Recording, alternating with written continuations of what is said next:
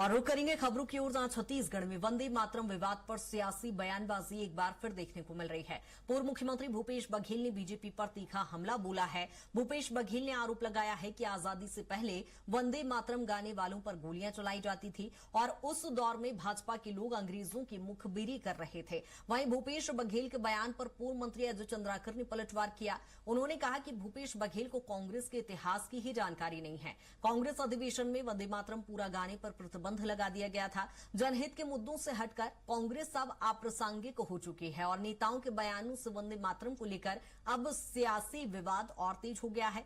और इसी को लेकर जहां आपको बता दें कि बयानबाजी का दौर एक बार फिर देखने को मिल रहा है।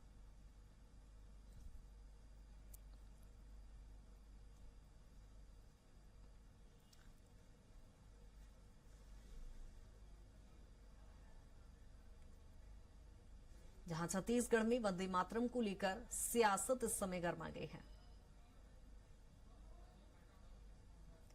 और वंदे मातरम को लेकर जहां भूपेश बघेल ने बीजेपी पर निशाना साधा, वहीं अजय चंद्राकर ने भी पलटवार किया है। उन्होंने कहा कि कांग्रेस को अपनी पार्टी का इतिहास ही नहीं पता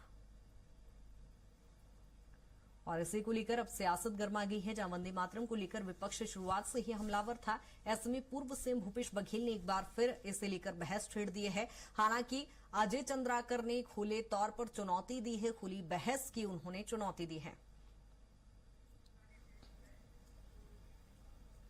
और इसी पर ज्यादा चर्चा के लिए अमित चिबनानी बीजेपी के प्रवक्ता हमारे साथ जुड़ गए हैं और अमित श्रीवास्तव भी हमारे साथ जुड़ेंगे, कांग्रेस के प्रवक्ता। अमित जी, सबसे पहला सवाल आप ही के पास आऊंगी मैं सबसे पहले सवाल लेके। जिस तरह से बात कर रहे हैं कांग्रेस से सीधा कह रही, भूपेश बघेल कह रहे हैं आप लोगों को आजादी से पहले कभी वंदे मातरम गीत याद ही नहीं आया। तो मुझे उनकी अपरिपक्वता पर आश्चर्य हो रहा है। वो पूर्व मुख्यमंत्री रहे हैं और उन्हें कम से कम विधानसभा का तो अनुभव है और ये भी मालूम है कि कोई बिल अगर प्रस्तुत होता है, कोई कानून अगर बनता है तो उस कानून के बनने के बाद से कुछ चीजों का पालन होता है। अब ये महात्मा गांधी जी का, नेहरू जी का जब उदाहरण दे रहे हैं, तब कानून बना था क्या वंदे मातरम के लिए? नहीं बना था। तो अब कानून बन गया है।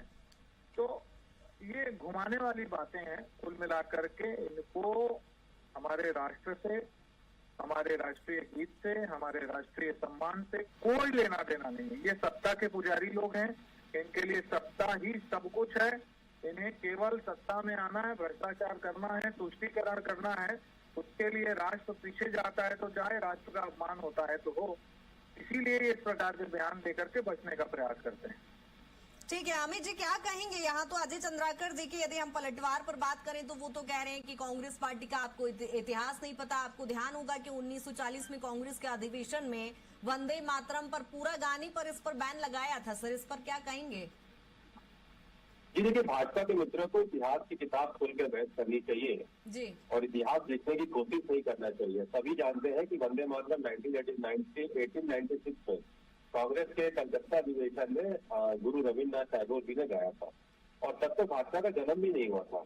और हमें वंदे मातरम का इतिहास ना पढ़ा है। सम्मान किसी एक पार्टी की जागीर नहीं होता, लेकिन हम वंदे मातरम का सम्मान करते हैं, तिरंगे का सम्मान करते हैं और देश की आजादी में कांग्रेस का बहुत बड़ा योगदान है। आजादी के संघर्ष में हमने झंडा भी उठाया और अंग्रेजों से लड़ाई भी लड़ी, लेकिन हमें उन्हें नैतिकता की सर्टिफिकेट उनसे लेने की आवश्यकता नहीं है जो माफी मांगते थे, तो माफी वीर थे।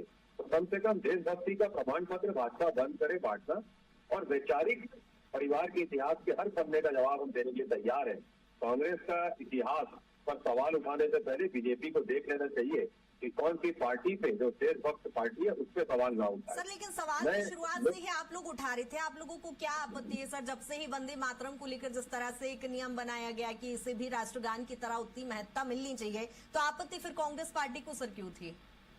देखिए, मैं एक ही चीज आपके माध्यम से कहना चाहता हूँ कि जब से मैंने कहा ना कि हमें किसी से सर्टिफिकेट की आवश्यकता नहीं है, लेकिन ठीक है आपने बनाया, आपको लग रहा है और पूरे देश ये जानना चाहता है कि आप अचानक जब हम 1896 से कांग्रेस के अधिवेशन पे जा रहे हैं तो निश्चित तौर पे आप देखिए कि हम प्रश्न नहीं उठा रहे हैं। आज आपने कानून बनाया, ठीक है, कानून आपने बनाया, उसका फॉलो उसको सब करेंगे, लेकिन ये कहना कि उस दिन उसका अपमान हुआ, मुझे लगता है सारी क्लिपिंग देखने के बाद इनको समझ में आ जाएगा। एक नैरेटिव सेट करने का प्रयास ना करें, झूठ फैलाने का, भ्रम फैलाने का प्रयास ना करें।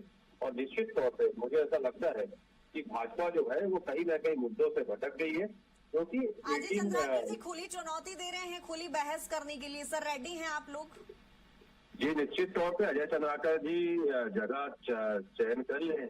हमारा कांग्रेस का कोई भी प्रवक्ता जाके उनके सारे सवालों का जवाब दे देगा और बता देगा कि कौन उनके रचयिता से लेकर 1882 से, जब आनंद मठ उपन्यास से लेकर 1896 से, कांग्रेस के कलकत्ता अधिवेशन से सारी चीजें, कोई भी कांग्रेस का प्रवक्ता उनके साथ बहस करने के लिए तैयार है, कहीं कोई दिक्कत नहीं। अमित चिमनानी जी क्या कहेंगे जिस तरह से लेकिन वंदे मातरम को लेकर जो एक पूरा नैरेटिव सेट किया गया है, पूरा जो एक बनाया गया है कि नहीं बहुत जरूरी होगा उसे गाना, सर अचानक से ऐसे क्यों याद आ जाती है? देखिए, समय समय पर ये देखा गया था कि कुछ लोग भारत में रहकर भी भारत के राष्ट्रगीत का अपमान करते रहे, और ये सब चीजें किसी भी देश के लिए अच्छी नहीं है कि राष्ट्र की परंपराओं का, राष्ट्रगीत का, राष्ट्रगान का अपमान हो। और कई बार भारतीय जनता पार्टी ने इस बात को राजनीतिक रूप से भी कहा, और कांग्रेस हमेशा उन लोगों का समर्थन करती रही जो खुले में मना करते रहे कि हम राष्ट्रगीत नहीं गाएंगे। भारत में रहने वाला कोई व्यक्ति ये हिम्मत कैसे कर सकता है कि वो भारत के ही राष्ट्रगीत को न गाए? लेकिन कांग्रेस का चूंकि समर्थन था उन लोगों का, तो अब क्या है, कानून बनाकर जब कार्रवाई होगी तो हमें लगता है कि राष्ट्रगीत का अपमान रुकेगा।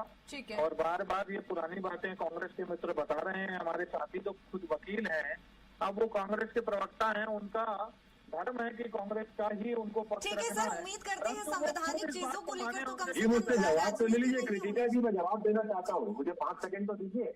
ठीक है, लेकिन सर ये संवैधानिक विषयों पर राजनीति का विषय तो नहीं है ना सर? लेकिन ये वंदे मातरम सर कांग्रेस को भी गाना है, बीजेपी को भी गाना है, हमें भी गाना है, आपको भी गाना है। खैर चलिए ठीक है, अमित जी शुक्रिया आपका बहुत चर्चा के लिए। अमित जी 6 पैराग्राफ गाओ आप लोग, कोई तनाव मत पालो। ठीक है अमित जी बहुत शुक्रिया। अमित जी चिमनानी जी आपका भी बहुत शुक्रिया। इतिहास के वारिस बनने से पहले इतिहास में अपनी जगह बनाइए। ठीक है सर, बहुत शुक्रिया तमाम चर्चा के लिए।